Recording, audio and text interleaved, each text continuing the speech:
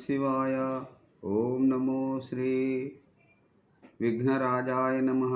ఓం నమో శ్రీ లక్ష్మీ నృసింహదేవాయ నమః. ఓం నమో శ్రీరామచంద్ర పరబ్రహ్మణే నమః. ఓం నమో శ్రీకృష్ణ పరబ్రహ్మణే నమః. ఓం నమో శ్రీ ఆంజనేయ స్వామి దేవాయ నమః. నమస్కారం. ఈరోజు 2025 సంవత్సరం ఫిబ్రవరి నెల 18వ తేదీ శ్రీ క్రోధినామ సంవత్సర మాఘ బహుళ షష్ఠి భౌమ్యవాసరే మంగళవారం. ఇప్పుడు హైదరాబాద్ మహానగరంలో సమయం మధ్యాహ్నం 12:11 అయింది.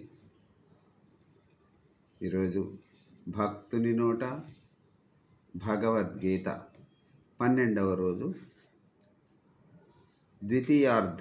ద్వితీయ అధ్యాయం భగవద్గీతలో సాంఖ్యయోగం 16వ శ్లోకం నుంచి 20 శ్లోకముల వరకు పాడుకొని వాటి తాత్పర్యములను తెలుసుకుని ఆనందిద్దాం.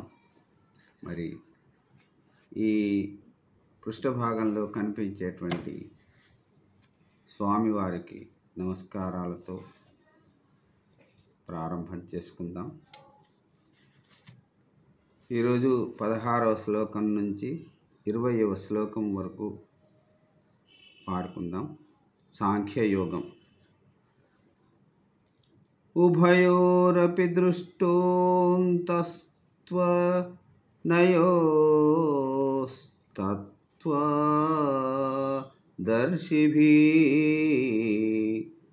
అవినాశి తు తద్విద్ధి ఏన సర్వమిదం తతం.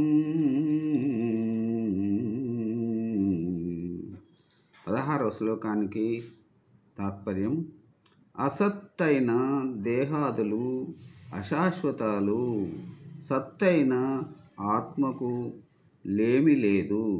ఇది తత్వజ్ఞులందరి చేత దర్శింపబడిన సునిశ్చిత సత్యం. అవినాశితు తద్విద్ధి ఏన సర్వమిదం తతం. వినాశమవ్యయస్యాస్య న కశ్చిత్ కర్తుమర్హతి.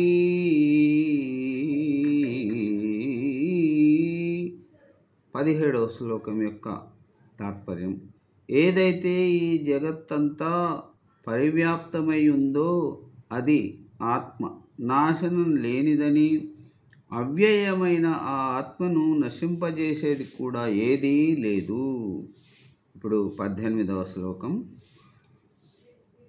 అంతవస్తమి ఇమే దేహా ఇత్యస్యోక్తా శరీరిణ అనాశినో ప్రమేయస్య తస్మాద్యుధ్యస్వ భారత. అర్జున, ధరించబడిన దేహాలు నశిస్తాయే కానీ ధరించిన దేవుడు అనగా ఆత్మ మాత్రం నిత్యమైనది, సత్యమైనదని తెలుసుకుని దుఃఖాన్ని మాని యుద్ధం చెయ్యి. ఇప్పుడు 19వ శ్లోకం.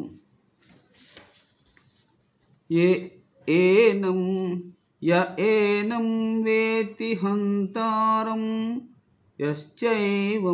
యశ్చైనం మన్యతే హతం. ఉభౌ తౌ న విజానీతో నాయం హంతి న హన్యతే.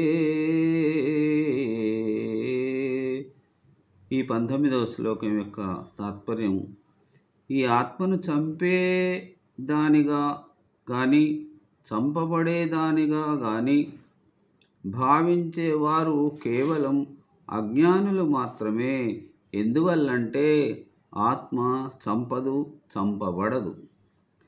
ఇక ఈనాటి చివరి శ్లోకం 20వ శ్లోకం. न जायते म्रियते वा कदाचिन्नायं भूत्वा भविता वा न भूयात् अजो नित्यः शाश्वतोऽयं पुराणो न हन्यते हन्यमाने శరీరే. ఈ 20వ శ్లోకానికి తాత్పర్యం, ఆత్మ పుట్టేది కానీ చనిపోయేది కానీ కాదు. అలాగని ఒకప్పుడు ఉండేది మరొకప్పుడు ఉండనిది కూడా కాదు. ఆత్మజనితమైనది కాదు. ఎప్పుడు ఒకలాగే ఉండేది, నాశనం లేనిది, సనాతనమైనది. ఇది చంపదు, చంపబడదు. దేహం నశించిన ఆత్మ నశించదు. ఓం నమో శ్రీ కృష్ణం వందే జగద్గురుం. సర్వే జనా సుఖినో భవంతు. సెలవు. నమస్కారం. మరొక రోజు మరికొన్ని శ్లోకములను పాడుకుని ఆనందిద్దాం. నమస్కారం.